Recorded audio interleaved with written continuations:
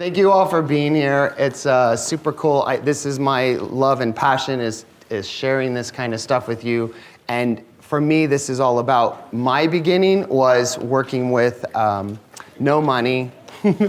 I jumped into real estate with no education of what was gonna happen. I thought we all just got a check. 1994, right? I jump in, I have no money, I have no savings. I have a refrigerator box and some smack ramen. That's what I had. Hi, Sweet Pea. Good morning. So I had to start learning how to do marketing and advertising with zero funds. We didn't have, how many of you were in business back in 1990s? Good, wow. So, yeah. So in the 90s, we didn't have cell phones and pagers, and we didn't have fax machines, and we didn't have any of this. All the technology, we didn't have internet. We didn't have social media. We had none of these free platforms to play in. We had to do marketing and advertising without all that stuff. And print media was super expensive. Do anybody remember how much it cost to run a classified ad or an ad in a magazine? It was, right? Right, it still is. And did you get anything from it? You didn't. You got your picture in a piece of paper. It was pretty cool. So this class comes from that because I started my whole business just scrapping through, trying to figure out how to make business work with no money. And it all related for me right away with my center of influence. So we're gonna go through that today. First, I wanna introduce your sponsors so we can give them some love and attention. So Christy Frank with American Family Insurance. Will you come up and say hi? Come on, you can do it. So I'm going live. You're going live. Tony Ray Baker. Nice. So this is part of the whole spiel today. That's awesome. So Christy Frank also goes with me. Wait, don't go. Christy Frank also is in my downtown committee group where we meet on a regular basis to talk about marketing and advertising for small businesses. So another way that we network, right, Christy Frank? Yes. Right. So I want to give you some love right now because Christy Frank, I was with one of the best insurance companies in the United States of America. I got the best rates, and it was an exclusive club, and you could not get into there unless you had married into the right spot. And so many years I was with this insurance company, and I met Christy Frank, and it was very cool because she said, just let me look at your documents and we'll check it out. So Christy Frank comes back, and the price is the same. However, she's included an insurance policy called an umbrella for $1 million, and she's covered something else for me, and it was all in that same price. And I thought I had the best. So I switched over to Christy Frank, and then I started sending every one of my clients to Christy Frank to just check her out, just see, right? Almost every time I send a client to Christy Frank, they switch to her insurance company. One, because of service, and then two, because she does offer a portfolio product that's amazing. And it's always less. She paying him $1 million. It's amazing though, because I get the phone call from the client thanking me because they got to meet Christy Frank. I had an email I sent to you yesterday, by the way, that came in to you about Christy Frank and how they were excited that they had got to meet Christy Frank, and they just switched over their policies. So there's the other piece of this, and that is when you're building your tribe and you're really taking care of clients and you really want them to refer business to you, you have two objectives. Role model referrals to them, so always refer the best people you can to your client. And then you are what? You're the hero the minute they call you and tell you that they're so lucky to have got Christy Frank. So I want you all to consider working with Christy Frank. She has her business cards and everything here, I'm sure. And let's give her a big thank you for sponsoring today. And you're all live. And kudos for Christy for going live. Next sponsor is Fidelity National Title. Who knows of Fidelity? Woohoo! We all know Fidelity, right? So I've been working with Fidelity, Tina Banks, how long? I don't know. Maybe 10, 15 years. I love Fidelity National Title. For me, one of the biggest components of Fidelity was that we do a ton of relocation. Darren and I bring in people from all over the world to come into Tucson. And that big chunk of our business really, it became evident because that we needed Fidelity at every component of that, because they are actually everywhere to help us. When our clients are not in Tucson, Arizona, Fidelity has them signing somewhere else, and they have them helping us. Now, the service is impeccable. Tina Banks always knows what she's doing. She handles stuff for me before I even know it needs handled. It takes a lot of pressure off of my file and processing the client files through, and I don't ever worry about anything. Do I call you often? I didn't even call her. There are so many title agents out there that you actually have to call and keep on top of, and that's not this group. So I highly recommend you guys. I love you, and you know that. Would you like to say some stuff? Some stuff. I think you can use this. We're going to be really close. We're going to be really close. Hello. Denise King, by the way. I'm Denise King with Fidelity National Title. And I know I don't know a lot of you people here, but if you wanted to know me and you looked at my Facebook page, you would see that I'm a runner. And I like to go travel for running, do things running. I push my son. He's in a wheelchair, and we run races together. And recently we were in Carlsbad, California, and I was looking for a place to eat the day before the race because, you need to carb up. But I also have a lot of dietary restrictions, as does he. So I'm online looking, I'm on Yelp, looking, trying to find a place to eat. And I find a good place, Jay's Gourmet, if you guys are ever in Carlsbad, California, great place. But what does the story have to do with anything we're talking about here? I spent 45 minutes online looking for a place to eat. What do you think people are doing when they're looking for a house? They're spending a lot more time than that. So if you have, first of all, pay attention to what this man is saying, because he has great advice. Secondly, if you need help with anything, you can talk to any one of our Fidelity sales reps. That would be me, Denise King, Eugene Moore, Andrea Alvarez, and I also have two wonderful escrow officers, Tina Banks and Paula Brown. And we are happy to help you with any aspect of your business. Thank you. Awesome. Thank you so much. Let's give them a thank you for sponsoring us today and bringing us food and fun. Okay. Nova Financial, are you in the room? You want to come up and say hi? Mr. Tom Heath is in the house. Who's seen Tom Heath videos? Who has seen Tom Heath videos? Who knows him? Who doesn't know his name is Tom Heath and thinks he's called Fabio? Flavio. I'm sorry. Flavio, right over there. Mr. Flavio. Tom Heath, Nova Home Loans. I got the chance to talk about Flavio a little bit later on today. Just want to introduce myself. Been with Nova Home Loans for about 4 years. I made that switch because they are a Tucson-based company and they support our community in ways that I've not seen anywhere else. And for me and the way I do my business, locally minded, being focused on our community are things that are very critical in my business and the way we build our business. So I've chosen a great place to work. If you're working with the loan officer at Nova, you already know that. If you are not, I would love to sit down and just have a moment of your time, maybe grab a cup of coffee and share some of the things that we're doing that's making Tucson a really special place for you and your clients. So I'll be here all day. Thanks. Thanks, Tom. I'm going to have Tom come up a little bit, and then he's going to go over some fun stuff with you. So we have, let me show you a little bit something here.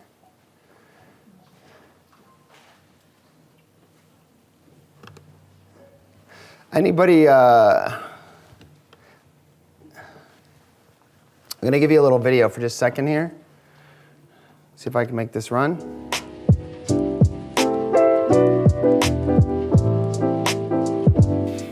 If you need to see if you can get a deal done, you got to get some questions answered as a loan originator. Carl White has a new Facebook group. It's a Loan Officer Deal Desk on Facebook. The banner for it is right here on your screen. If you're on your desktop, just look to your right, but you may have to scroll down a little bit. Now, if you're on your mobile device, just scroll all the way down. You'll see the banner down there past the comments. And if you're seeing us on social sites like YouTube or something like that right now, somewhere there's a link around here where you can connect with them.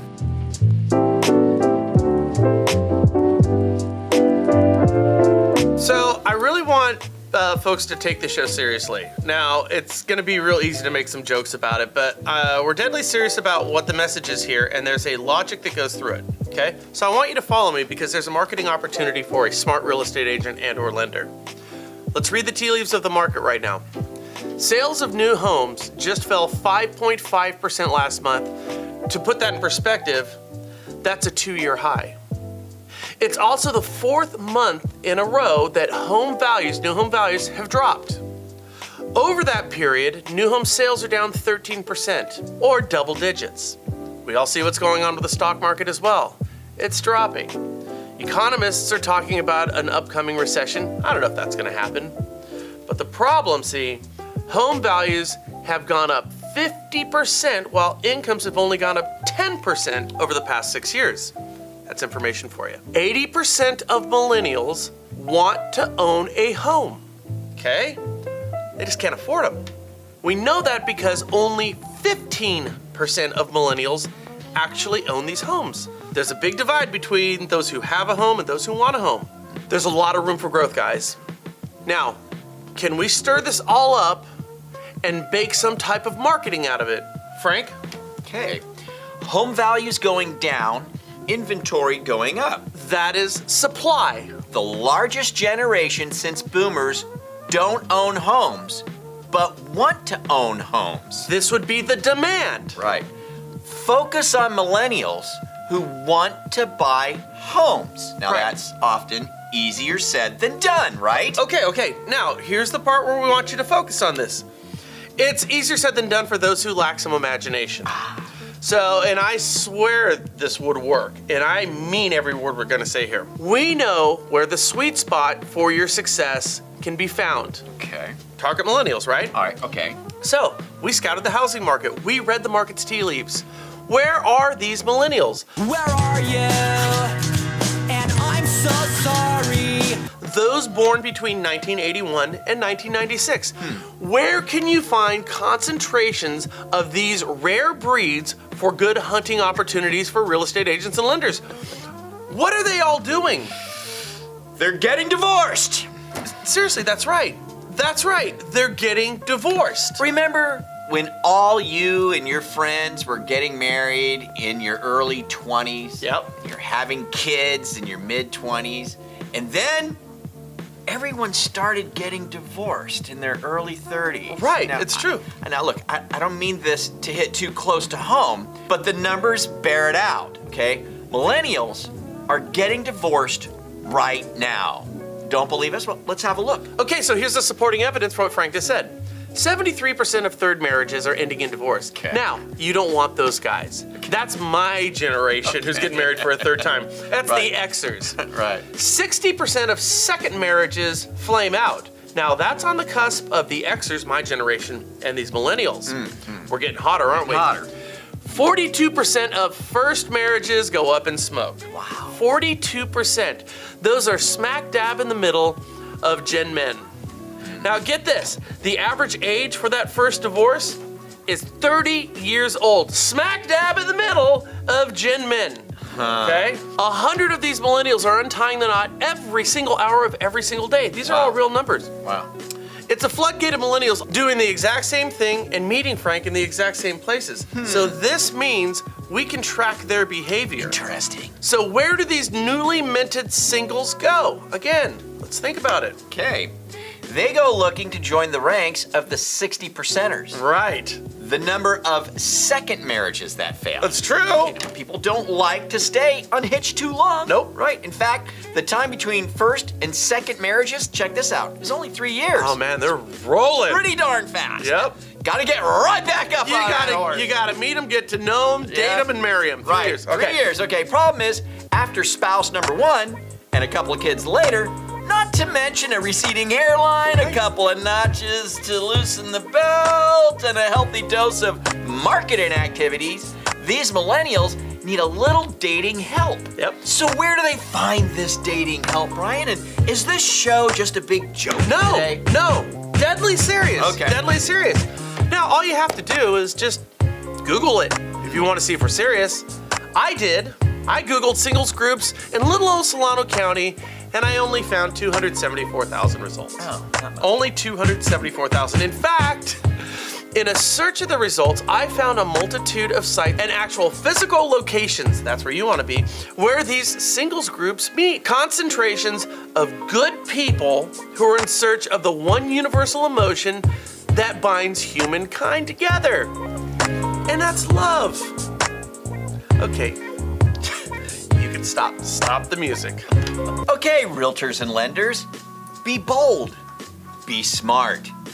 Do what nobody in the entire real estate community has thought of. No one. And I'm 100% serious here.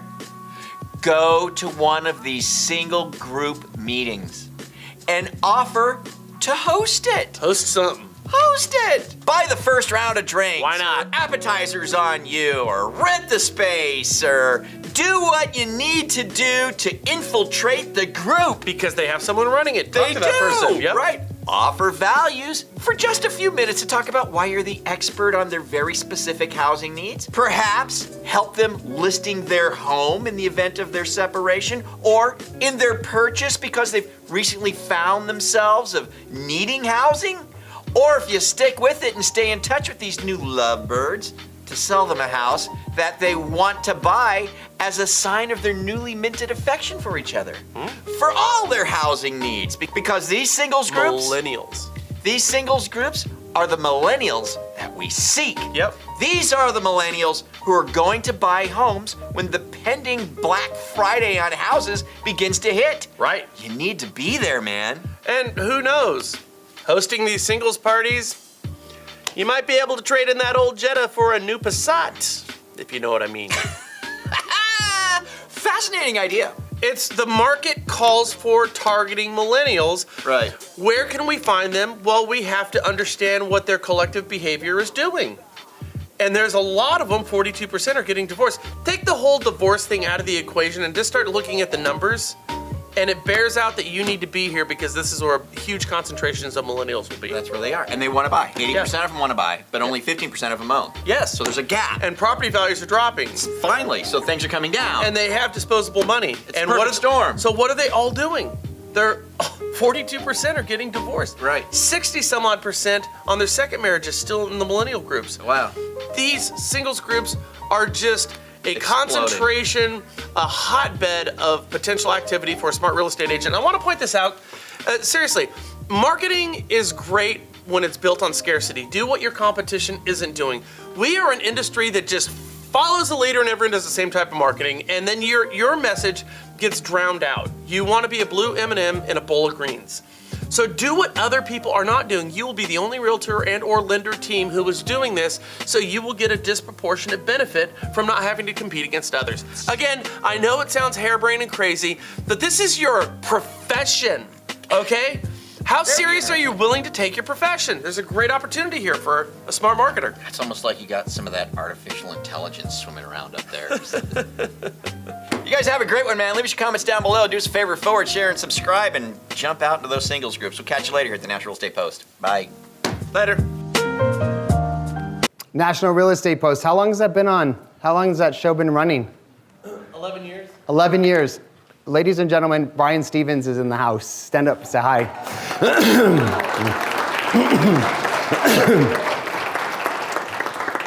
Super excited. I was like a giddy little child when I found out Brian was going to come see us today. So Brian is my friend. We met last year. Yeah.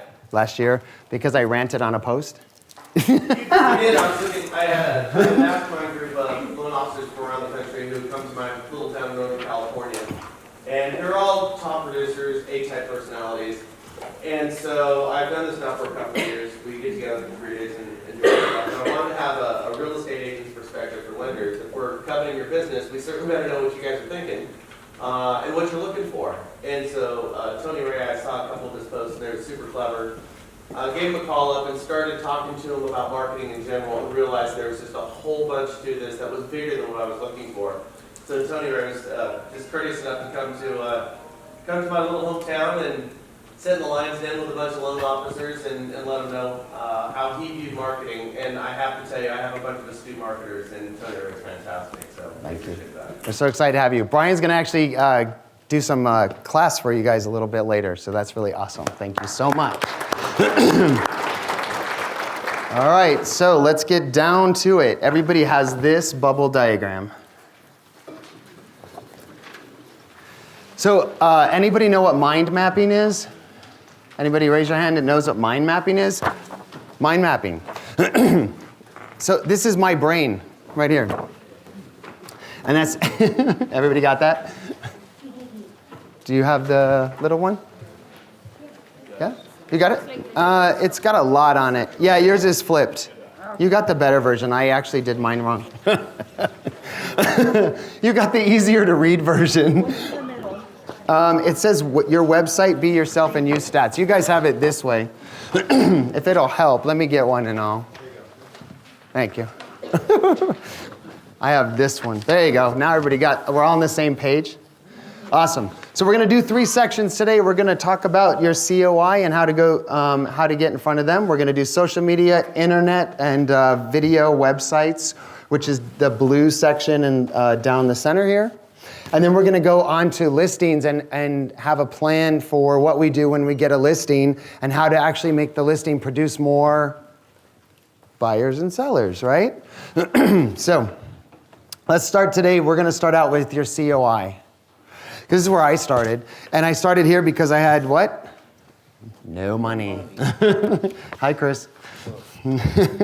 So no money. So I remember I had a business coach, and the business coach said to me, he said, Tony Ray, he said, let's go ahead and design the life that you want, and then let's fit the business in there. And I said, okay, that's exactly what I want. Because at this point, it was my first year in real estate. I hadn't sold a house. I was 1 year in. Rosie Koberline called me into the office at Long Realty and asked me to leave. No, I'm not kidding. She said, I love you. You're so sweet. And she just kept escorting me towards the door.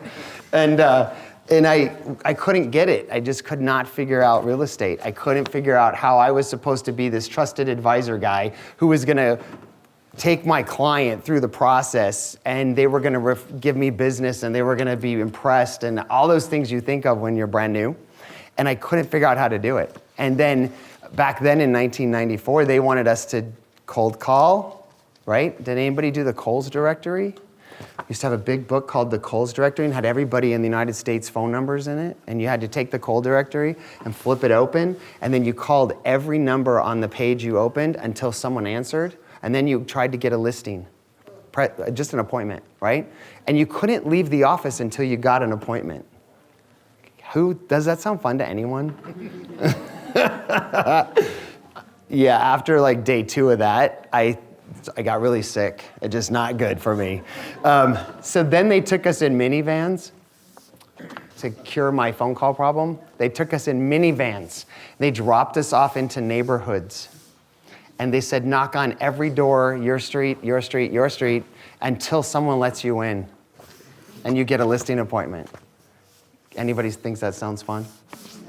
Yeah, I had a guy chase me down the street with a shotgun. That was my last day. So not liking anything that's going on in real estate business at that time. And we, of course, we don't have social media. We have nowhere to hide. I can't hide behind my computer. I can't think I'm doing something, because you have to either be out there or you can't. But it was a great lesson, because what I learned was I had to be out there. And what I had was a telephone. I didn't have a cell phone. We didn't have those in 1994. We had, remember when the brick came out? And the car, you were all cool if you had a wire, and you stood you purposely took calls in the parking lots facing the street so you could be like there talking, and we would I'm on my phone, I'm a successful real estate agent, right? And we did that. So that was an era. And then the brick came out after the attached one, and you could carry the brick on your side, and you could knock into things and take out like door jambs and stuff when you hit it. The brick, yeah. So we didn't have that. In 1994, we had landlines, and we carried a roll of dimes in the car because you had to run to payphones and call in, and you would call the secretary at the office and say, has anybody called for me? Nope. Okay. Right? That was our day. And the phone, the landline, became my best friend when I realized I could call who?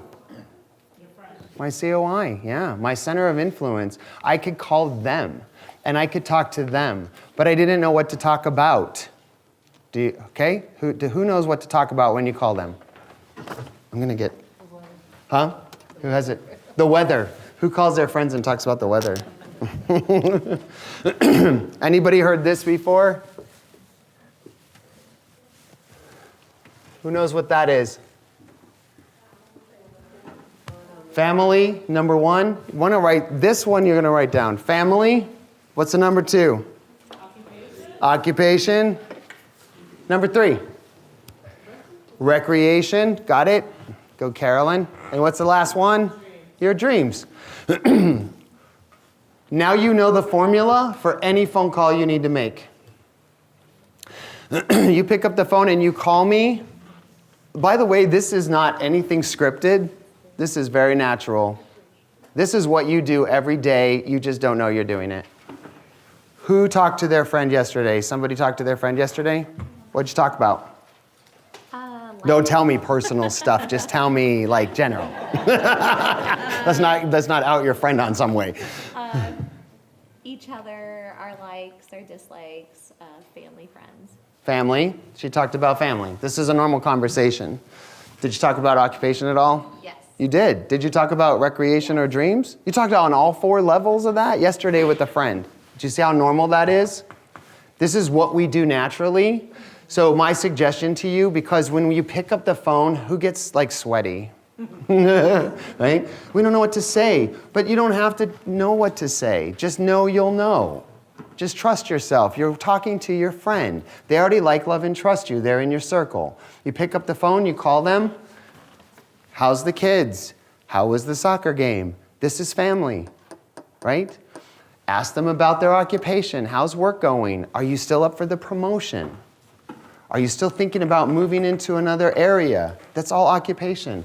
Ask them about their recreation. Where are you going this year? What vacations are you taking? Does all this sound normal? Mm-hmm. Dreams. Talk about their dreams. There's nothing more deep down inside to get to than someone's dreams.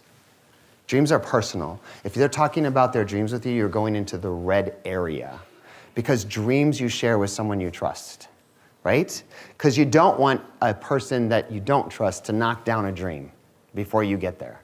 So dreams, if you're in the dreams section, you're going way down into the red section.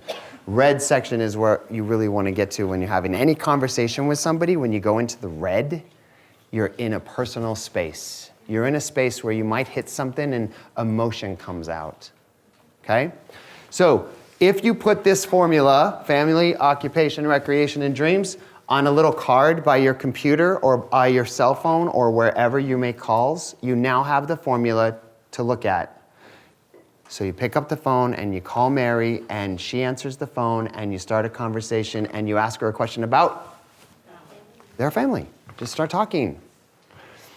What happens with the law of reciprocity when you pick up the phone and you call Mary and ask her about her family? What will she ask you next?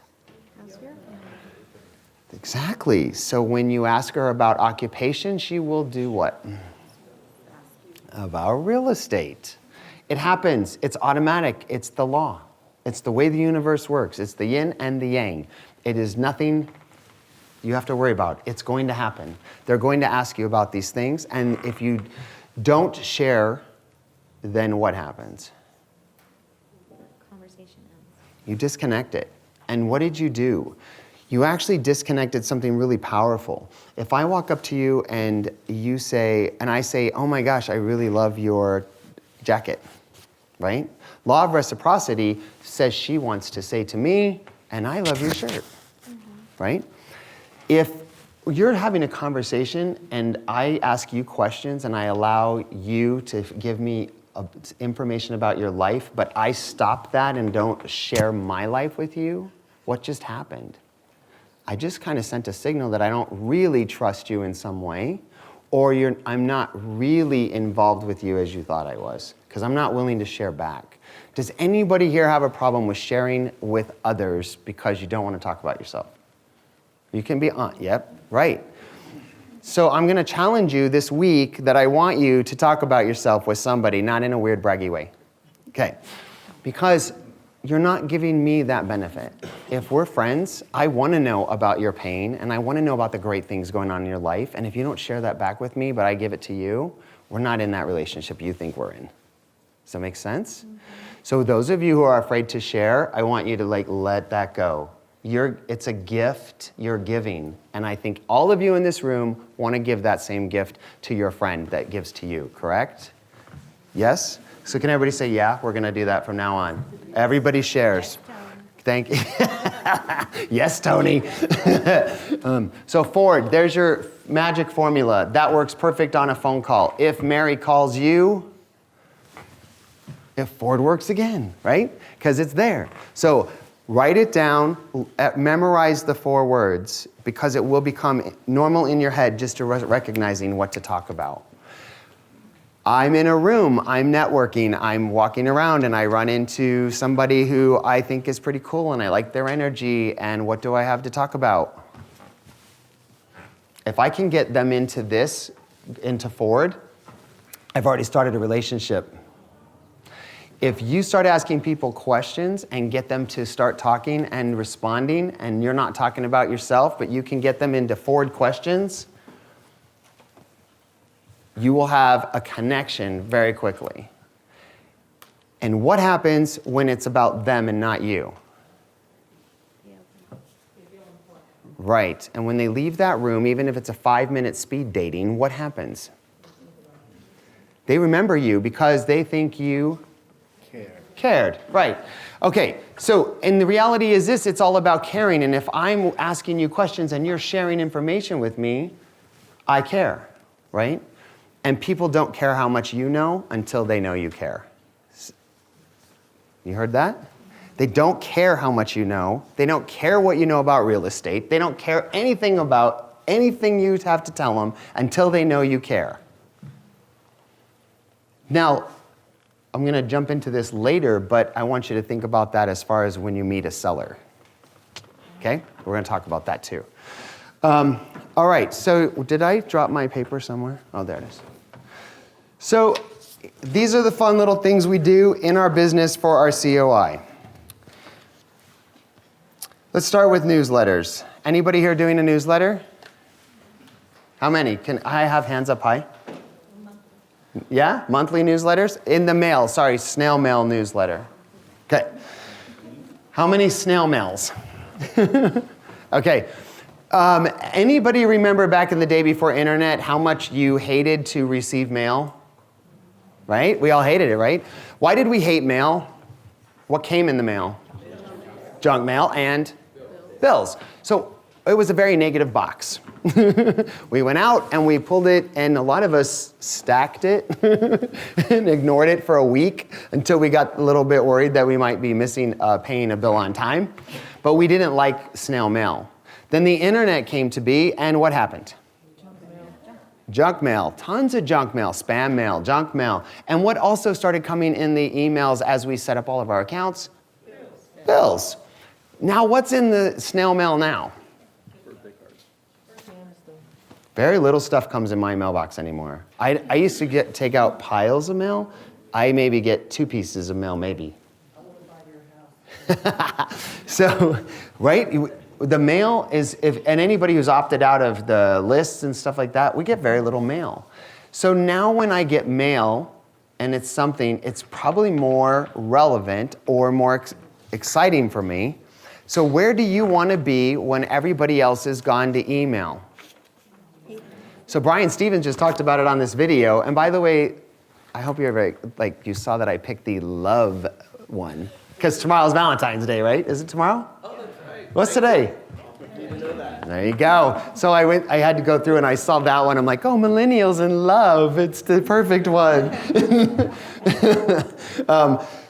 Newsletters for me, when my clients get a newsletter, it's a bright yellow newsletter. Anytime mail arrives in their mailbox, because I've been doing it for 20 years, I've been sending them a newsletter, bright yellow paper with black ink.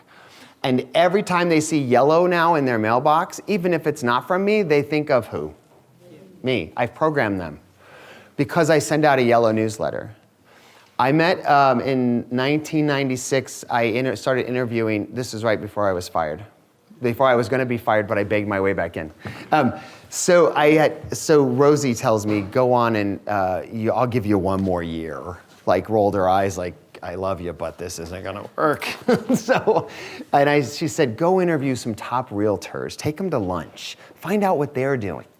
So I interviewed Diane. And Diane says, I said to Diane, now 1995, Diane is doing 10 million in real estate a year. What? Think about this. 1995, she was doing 10 million, okay? And I said to Diane, I said, tell me what you're doing. What's the one thing that I should do that is your biggest money maker? And she said, a newsletter. And I said, what? And she said, she handwrites a newsletter. She writes a letter to everybody, a personal letter. And then she gives on one side of the paper, and on the other side of the paper, it has to be folded, so she has a little more space, and she writes something about what's going on in the market in the areas. Sends out the newsletter to her COI, and she's sending it out to a neighborhood, and she's doing $10 million a year in business.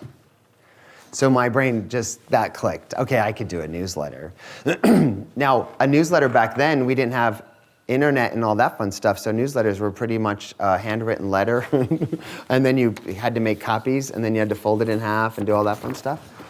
They weren't slick and fun like they are now, but we did the newsletter. And newsletters started immediately putting me in front of my clients, even though they didn't like mail. I was still the bright yellow piece of mail in the mailbox, and newsletters were getting seen. What I did do right with my newsletters is I wrote personal stuff, and I reciprocated with my clients. I wrote a Tony Ray letter. I wrote about my pain, my struggles, my wins, my happiness, my family, my occupation, my recreation, and my dreams, and I wrote that in my newsletter. And the phone started ringing. And people would call me and identify with something I wrote, and we'd have great conversations, and we became closer. And they went from top 200 in the circle, and they got closer and closer to the top 50 in the circle because they raised their hands and wanted to be part of my life, and they started connecting with me on a deeper level. So my newsletter did that. So fast forward, I'm at a conference I think it was in Georgia. I was in a conference with top realtors around the United States, and I'm listening to them, and they had a panel, and they said to the panel of 6, they said, if you could only do one thing in your business, I took everything else away and you can only do one thing, write down please what it would be that you would tell this group of realtors what that one thing is you would do for the rest of your business life. They've all flipped a piece of paper, and every single one of the 6 had written newsletter. Very interesting. And when they talked to them, the actual interesting thing that really came up was every single one had the same total. They said, how much money do you equate to your newsletter every year? And everyone said $75,000 to $85,000, $90,000 income every year from a newsletter. They all had the same number. They all had the same answer. And it's exactly my answer. I always, when we're doing our newsletter, we always bring in about $3 million direct from newsletter in sales. It's crazy. And it's so easy. Anybody use Microsoft Publisher? Okay, so Microsoft Publisher has newsletter templates. You just click and fill in the blanks, right? Anybody else have another program that does automatic newsletters? Microsoft or Word or something? Okay, Fidelity actually does your newsletter for you? What? So wait, here's another no-brainer. It's about free, right? Can I edit the front page? You can't. You can just put your information, your logo, your company's logo, and it's 2 pages of stuff. You fill in the content. Can I add anything? You cannot. Okay, so here's what you can do. So you take the Fidelity newsletter, okay, and you're going to pull her newsletter, and you're going to take that. Is it one page, double-sided? Double-sided. Going to take her newsletter, and then you're going to take another piece of paper, and you're going to write a letter to your clients about your next vacation or your last vacation or whatever you want to write about, or the market or whatever, and you're gonna add it to her piece of paper, and then they're gonna get folded in half, and you put the cute little sticky and a cute little stamp, and you send them out. But she just gave you content. What's the hardest part about writing a newsletter? She's got the content, and it's already written for you. Are you available after the class? Are you staying all day? Somebody from Fidelity will be here to get a phone number and a name or something, and I would highly suggest you get that content. That's a newsletter already done. Let's talk about price, because I told you this was marketing on a dime. You have 100 people in your COI that are your top, right? Everybody have that? Anybody here not have a database? Anybody not have a CRM? What are you using to track clients? 40 years of history, but unfortunately, all my 40 years of history are outside the United States here as well. Got it. So you have a cell phone, a smartphone? Yes. Do you have people's phone numbers and information in there? Yes. So you have a little mini CRM running right now. You got one, okay? So everybody should have names, phone numbers, email addresses, where they work, what their favorite wine is, what their kids' names are, what their pets' names are, how many pets they have. Do they have a dog? Do they have a cat? We all have that, right? No or yes? Okay, so please put that on your to-do list. I want you to make sure you have a CRM. It can be your cell phone. I'd highly suggest you move out of cell phone at some point into a desktop version of a CRM, but you need a CRM. You cannot manage clients and take care of them the right way unless you know all this information. And every time a client calls and you have this conversation, what's gonna end up happening? You're gonna find out that they just got a new puppy named Jack. New puppy named Jack, and you're gonna put that down on their file. And then when I call, I'm sitting at my desk and I have the CRM open and I look up Susie's name and it says new puppy Jack on February 13th, and I am gonna say to Susie, oh my God, how's Jack? Because I see a note, I remember Jack now. What? He died. Okay, that's funny. However, probably one of the most authentic moments you'll ever have if that happens, because you're going to be there for someone, and being there for someone in pain is amazing. Not only does it fill your heart, but it fills air. So we know Jack, right? We have a puppy named Jack, and as we're having these conversations, we want to be filling in notes on our CRMs so that we can actually have more conversations that are deeper level when we call our friends, family, and people that we love and like and trust. So I want to make sure everybody understands you have to have a CRM. It can be on your computer already. It could be your cell phone temporarily. I'm not trying to spend your money. You could go to your company, where whoever you work for, a lot of them have CRMs for you. You could get a product called Realty Juggler, which is $100 a year, as far as a temporary CRM to get you going.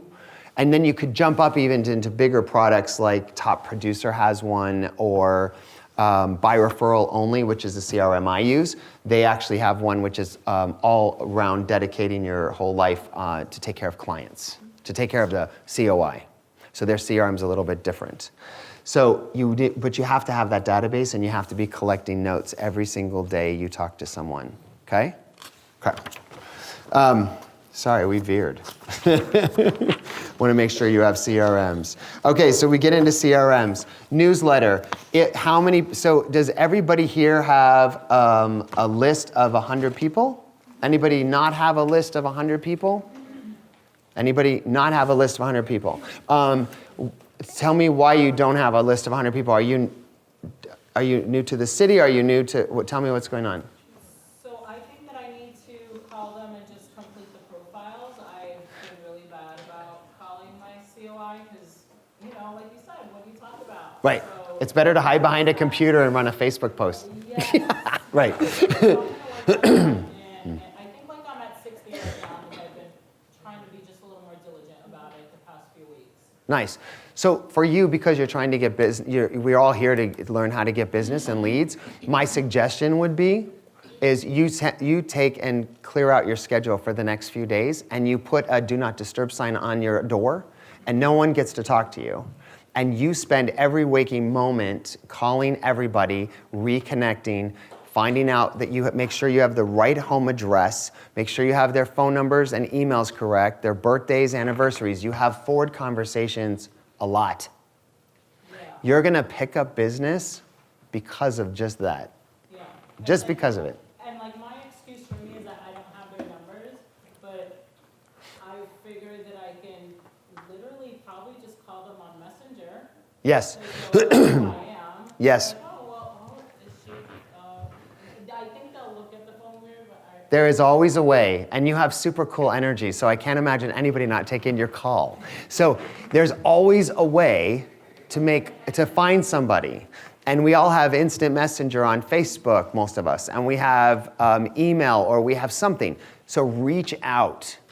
And you also have data you can research. I can call Priscilla and say, Priscilla, do you have Joe's phone number? I can't find it. And she's gonna say, yeah, absolutely. Gives me Joe's phone number because I know she introduced me to Joe, now I can call Joe. So you get to be a detective too, which is really fun, okay? Some stuff you don't want to find out though, just saying. Don't make notes on that stuff. Okay, so everybody let's get, yes? For the newsletter, if you're sending newsletters out to people outside of Tucson, what would you put in there aside from the four? So, good question. So, one of the things that realtors are always faced with is what do we do with our folks not in Tucson? They are potential referrers. Darren and I do, we did 5 million probably last year in relocation. So we're looking at a lot of people coming in, and you know where a lot of them come from is actually people who moved to another city and found out that their friends coming to Tucson and refer us. And it's really funny because folks in other cities, once they've moved from Tucson and they're your advocate, they become bigger advocates. I don't know what that is, but it's really cool because I meet you in Chicago, and when we meet, all of a sudden she says, oh, I'm leaving for Tucson, Arizona, have you heard of it? And my advocate says, oh my God, if you're going to Tucson, you have to meet Tony Ray. That's your realtor. And they get very hyper over it. It's really cool, but there's a connection that happens, and they want to help them, and they want them to meet me. So the same will happen for you. So send your newsletter to everyone that you like, love, and trust. Does that answer that for you? What do you put in there in terms of information? So the information in my newsletter, and by the way, I have, Darren, can you help me? I'm gonna give you, in about 2 minutes, I'm gonna put copies of my newsletter on the table. You are welcome to take them. I probably have only 50. I don't know how many people we have in this room right now. But we can also maybe get copies for you if you don't get to take one home. But in my newsletter, I always write about Tony Ray stuff, what's going on with Darren and I, our vacations. We travel 6 times a year, so people know we like to travel and they like to hear about Europe and stuff. I talk about the new puppy. I talk about all this stuff around us. And then I talk about fun stuff. My assistant is a pet sitter, so she pulls a puppy article or a kitty article off the web, and then we always note who wrote it, and we put those in. So we create content based on what we think our clients will love. So we write about teenagers and the blues, and we write about events coming up that we're going to so they can join us.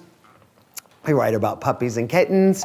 We write about kids' Halloween safety tips. Whatever is happening that month, we pull it from the internet, we grab the content and give the author credit, and we put it out, right? Yeah, people love hearing about here. Get this. I went to the gem show. Everybody went to the gem show. I went to the gem show and I bought this Shiva Lingam stone thing. I was super excited when we got to the bar after because it was wrapped up in a box. Just make sure every table gets a couple. So I can read what's going on there. I thought that was super excited. I was more excited than the Shiva Lingam.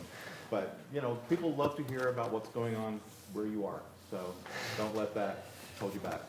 Write about what you know and grab content that you know your clients will like, and it works really well. So that all being said, newsletters are arriving at the table right now. You needed help with something? Christy got you. Oh, okay. Christy got your back. So newsletters are fun content. I would recommend that you steal one of those newsletters and take it home with you so that you have it.